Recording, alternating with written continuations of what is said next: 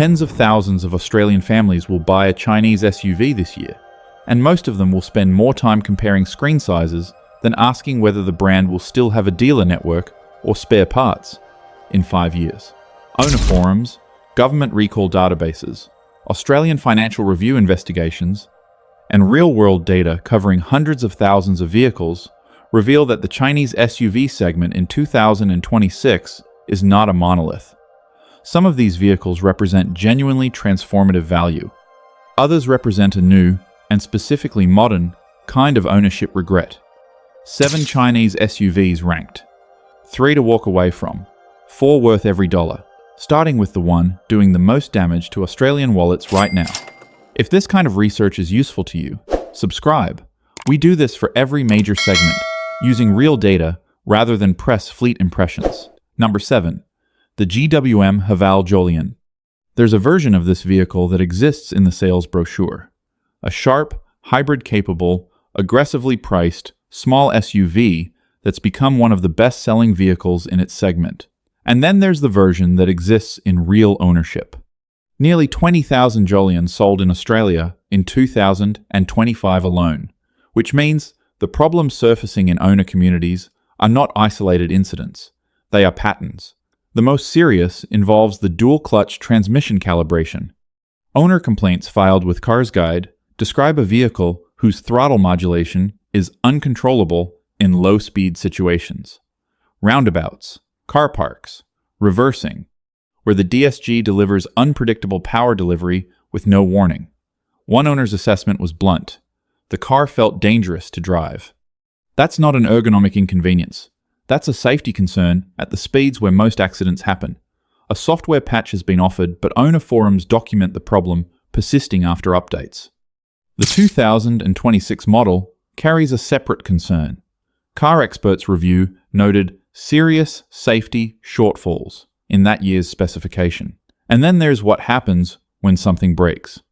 GWM owners have documented waits of 9 months or longer for vehicles caught in service disputes, a pattern that shows up across the brand's SUV range, not just this model. Another Jolion owner reported that basic replacement parts, shock absorbers, power steering components were not available in Australia at all. For a small SUV competing against the RAV4 and Mazda CX-5 on price, a parts supply chain that can strand a family vehicle for months represents a hidden cost that never appears in the drive-away figure. And if throttle anxiety and missing parts sound like the cost of doing business with a young brand, the next entry is a vehicle whose problems are more sophisticated and considerably more expensive. Number 6. The LDV D90. The D90's pitch is simple and, on paper, convincing. A 7-seat, ladder chassis SUV starting from around $43,000 drive away with a 7-year, 200,000-kilometer warranty. In a segment where a Toyota Prado starts around $73,000, that pricing is genuinely compelling. The problem isn't what the D90 promises. The problem is what it costs to live with. LDV is one of Australia's oldest Chinese brands, which means it has a longer track record, and that track record is mixed. Forum discussions flag rust as a recurring issue with prior generation models, alongside infotainment failures and component quality that doesn't match the durability Australian buyers expect from a vehicle they plan to keep for a decade. The 2025 update removed the diesel engine entirely, leaving only an upgraded turbocharged petrol, significantly weakening the D90's proposition for regional and rural buyers who need a real tow rating.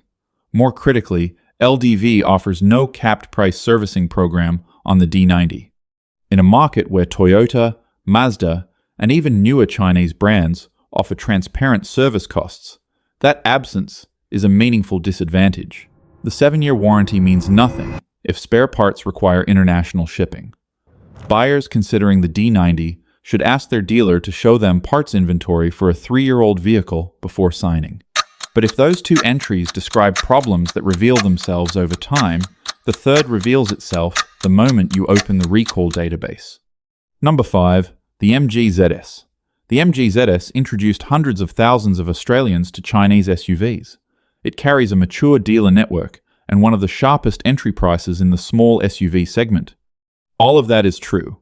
What is also true is that MG finished last of approximately 30 manufacturers in the 2024 What Car? Reliability Survey, the largest owner-reported study covering vehicles up to 5 years old, with a score of 76.9%.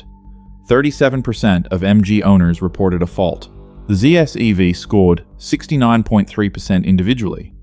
By the 2025 survey, MG's score had improved significantly, jumping 12 points to 88.9%, but the brand still finished last of 30 brands.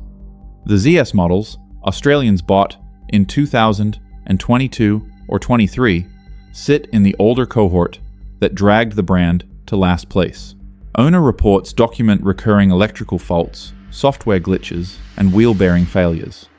MG's 7-year warranty is its greatest advantage for metropolitan buyers within 30 kilometers of a dealer. For regional buyers, the nearest dealer may be 200 kilometers away and parts take weeks to arrive, at which point the warranty's value is theoretical. The 2026 ZS, with its new turbo engine, is a different and improved proposition. But used ZS buyers from 2022 through 24 deserve to know the context before they sign. Now, after 3 entries built on unpredictable throttle, missing parts, and a reliability floor that took years to lift, the story changes. If you haven't subscribed yet, now is a good time. The next 4 entries are the ones that actually answer the question most people came here to ask. Number 4. The Chery Tiggo 8 Pro. Context matters. Chery's first Australian attempt failed in the early 2010s, and its return in 2023 was met with reasonable skepticism. That skepticism has largely been answered. The Tiggo 8 Pro is a 3-row, 7-seat SUV available from under $40,000 drive away, with a 7-year unlimited kilometer warranty, 5-star ANCAP safety rating, and a feature list that embarrasses vehicles in the $55,000 bracket from established European brands. Owner reviews are largely positive, with most reporting no reliability concerns in the first 12 to 18 months. The genuine concerns are specific. The head unit defaults to silence every time the car restarts, a software irritant that shouldn't exist in a 2026 vehicle. The active cruise control pulses in a way that some owners find intrusive enough to disable, and an ANCAP note worth flagging, an earlier driver's knee airbag that didn't fully deploy in testing, followed by Chery's decision to remove the knee airbag from subsequent non-hybrid production variants. None of these match the severity of the Jolion's throttle problem, or MG's electrical failure rate. Chery's dealer network has now reached around 85 locations nationally, which meaningfully improves the parts availability picture. The Tiggo 8 Pro is worth considering, with both eyes open. Number 3. The GWM Haval H6. GWM arrived in Australia in 2009, making it the country's longest-standing Chinese automotive brand. The Haval H6 is the product of more than a decade of accumulated understanding of what Australian families actually need from a mid-size SUV, and that experience shows. Where the Jolion has been plagued by transmission software issues, the H6's powertrain has attracted no comparable pattern of complaints. Owner reviews consistently describe a vehicle that performs its primary function without drama. The 2026 H6 range runs from around $36,000, drive away for the entry petrol, to around $51,000 for the plug-in hybrid Ultra, covering virtually the entire mid-size price spectrum in a single nameplate. The PHEV variant's 106-kilometer electric range is among the most genuinely useful in its class. GWM's service network has grown alongside its sales volume. Metropolitan and suburban buyers have reasonable access, though regional coverage still trails Toyota. The H6 is not a sophisticated drive. Its interior lacks the tactile quality of the CR-V or the refinement of the CX-5. But for a family planning 5 to 7 years of ownership, doing school runs and highway trips, the H6 delivers what the Jolion has not, a predictable, untroubling experience at a price point that makes the established competition look overpriced. Number 2. The BYD Sealion 6 PHEV. BYD is now Australia's second best-selling brand overall, not second among Chinese brands, second overall, behind only Toyota, with a gap that narrowed to 243 vehicles in a single month of 2026. The Sealion 6 is the product primarily responsible for that rise. The technical case is substantial.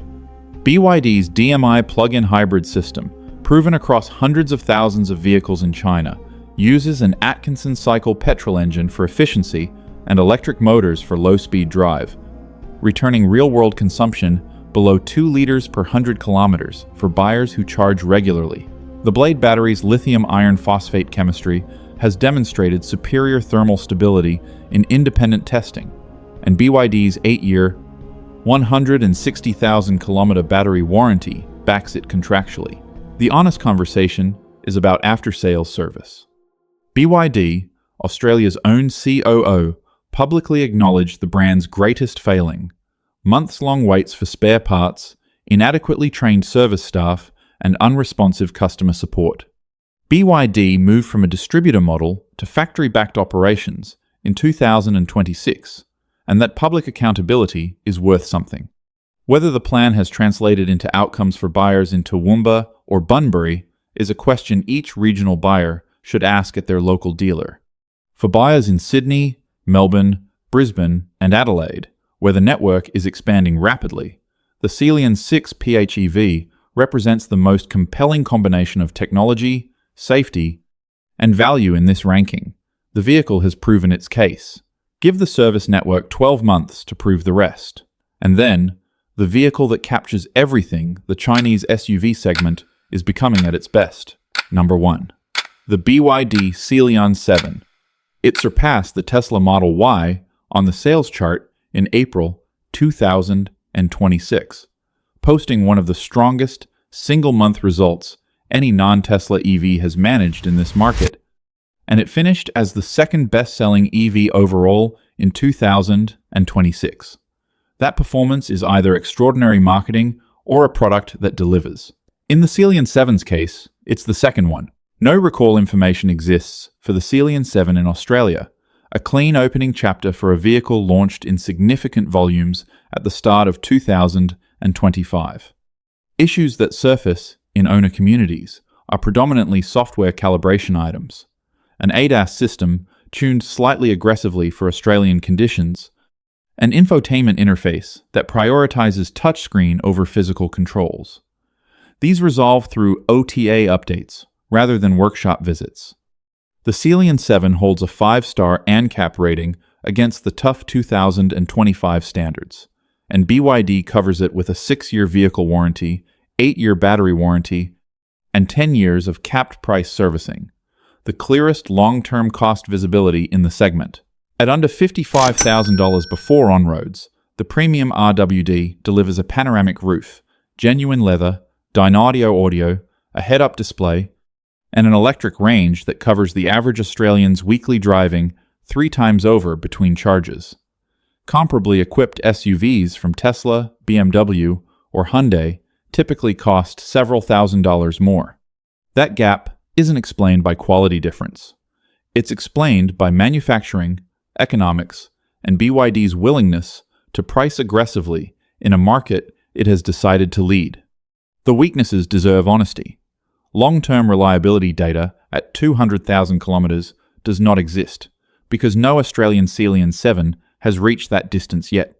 BYD's service network is expanding, but is not yet the regionally capable infrastructure Toyota has built over 3 decades. Chinese EV depreciation has been steeper than established brands, as lower-priced alternatives keep arriving. For buyers outside major cities, confirm service access before committing. For buyers in the major cities planning 5 to 7 years of ownership, the Sealion 7 is the answer this segment has been building toward. Not because Chinese vehicles have arrived at parity with Japanese reliability, but because, on the evidence available, this particular vehicle has earned its dominance honestly. Across all 7, one truth holds. The margin between the best and the worst in this category is enormous, and it is not visible from a test drive or a specification sheet. It is visible in whether your parts arrived in 2 weeks or 9 months, in whether the software update at 30,000 kilometers was an improvement or the first of many frustrations, in whether the brand that sold you the vehicle still has a dealer within 100 kilometers of your home in 5 years, or whether it is one of the entrants the industry is already predicting won't survive the consolidation coming for Australia's overcrowded Chinese car market. The buyers who research that before signing are the ones who still recommend their vehicles to friends.